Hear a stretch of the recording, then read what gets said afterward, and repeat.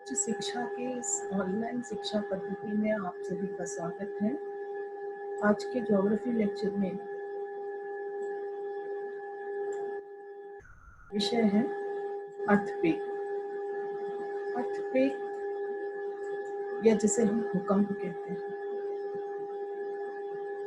भूकंप की जब हम बात करते हैं, भूकंप आखिर पृथ्वी में उत्पन्न क्यों होता है?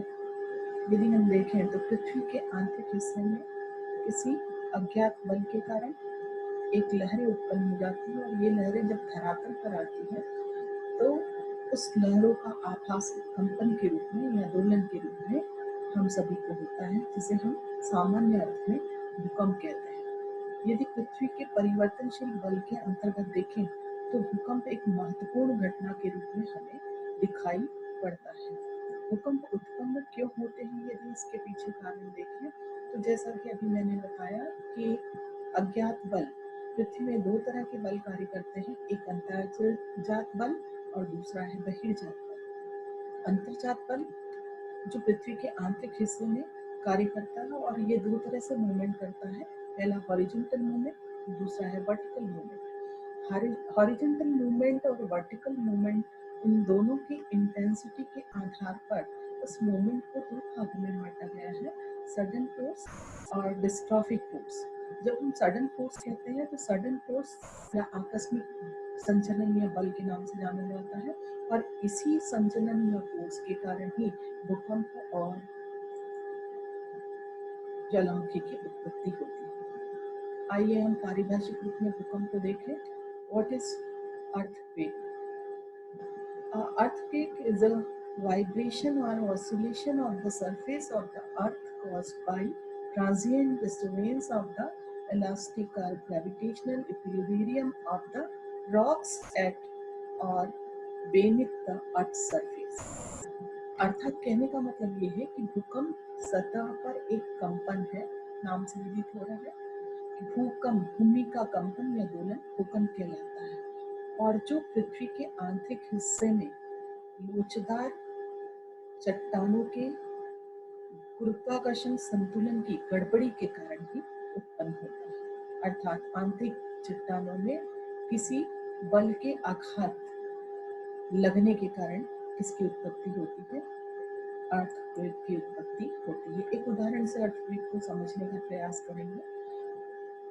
एक तालाब है जिसमें शांत जल है और शांत जल में अगर पत्थर के एक टुकड़ों को डाला जाए, दूर से फेंका जाए, तो वह टुकड़ा जिस स्थान पर गिरता है उस स्थान पर एक मूवमेंट चालू हो जाता है जिसे हम लहर कहते हैं। और ये मूवमेंट एक सर्कुलेशन के रूप में, वृत्ताकार रूप में मूवमेंट हमें दिखाई पड़ता है। ये जिस स्थान तक मूवमेंट हो रहा है, अगर उस तालाब के जल में एक पेड़ की पत्ती के टुकड़े को डाल दिया जाए तो वह टुकड़े अपने ही स्थान पर आगे पीछे या उसमें कंपन की स्थिति हमें दिखाई पड़ती है। बिल्कुल ऐसी ही स्थिति पृथ्वी के अभ्यंतर में होती है और पृथ्वी के आंतरिक हिस्से में किसी फोर्स के कारण आघात पहुंचने या चोट लगने या प्रहार होने के कारण वहां से लहरों की उत्पत्ति होती है, एक एनर्जी रिलीज होती है और ये एनर्जी लहरों के रूप में हमारे अर्थ सरफेस पर आती है।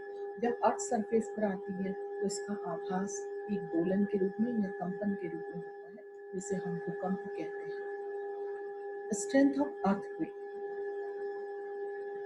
यदि हम भूकंप के मापक की बात करें तो तीन तरह के भूकंप के मापक हैं। पहला है फेरल या रॉस का मापक, दूसरा है मर्कले मापक और तीसरा है रेक्टर मापक।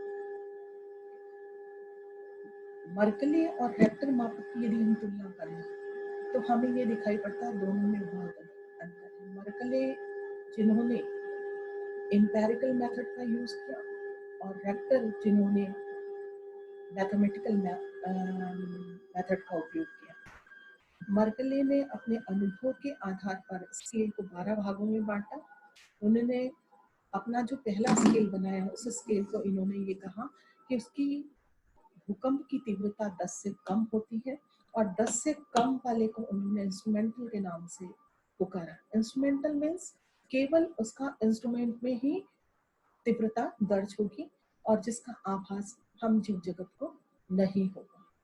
लास्ट उन्होंने 12वां जो स्केल प्रस्तुत किया वो था 750 से अधिक तीव्रता, जिसमें उन्होंने बताया कि इस तीव्रता में पूरी तरह से सतह का विनाश हो जाता है और सतह अव्यवस्थित तरीके से दिखाई पड़ता है। इस तरह से उन्होंने अपने अनुभव के आधार पर इस स्केल को प्रस्तुत किया। दूसरा स्केल है रेक्टर स्केल। रेक्टर स्केल ये कैलिफोर्निया यूएसए के हैं और इनका पूरा नाम है चार्ल्स फ्रांस रेक्टर के नाम से जाना जाता है और उन्होंने 1935 में एक भूकंप को नापने के लिए मापक तैयार किया। अपने मापक में इन्होंने बताया 10 अंक, 0 से 10 तक इन्होंने अंक लिया और 10 के अंदर ही भूकंप की तीव्रता अब तक दिखाई पड़ी। यदि हम 0, 1, 2, 3, 4, 5, 6, 7, 8, 9, 10 तक जाते हैं तो अगला जो अंक है पिछले अंक की तुलना में 10 गुना अधिक तीव्र होता है।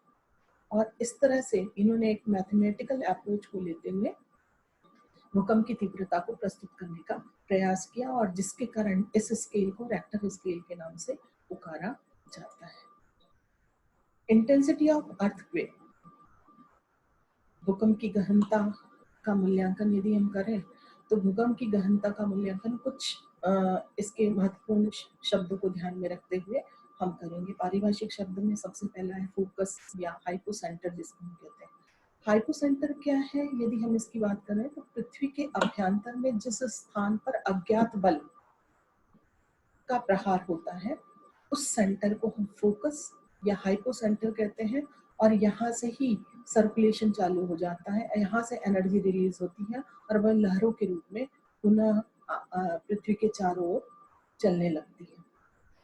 पृथ्वी के धरातल पर जब इसका आभास होता है, जिस सेंटर पे इसका आभास होता है, जिस केंद्र पे इसका आभास होता है, उस केंद्र को हम एपिसेंटर कहते हैं।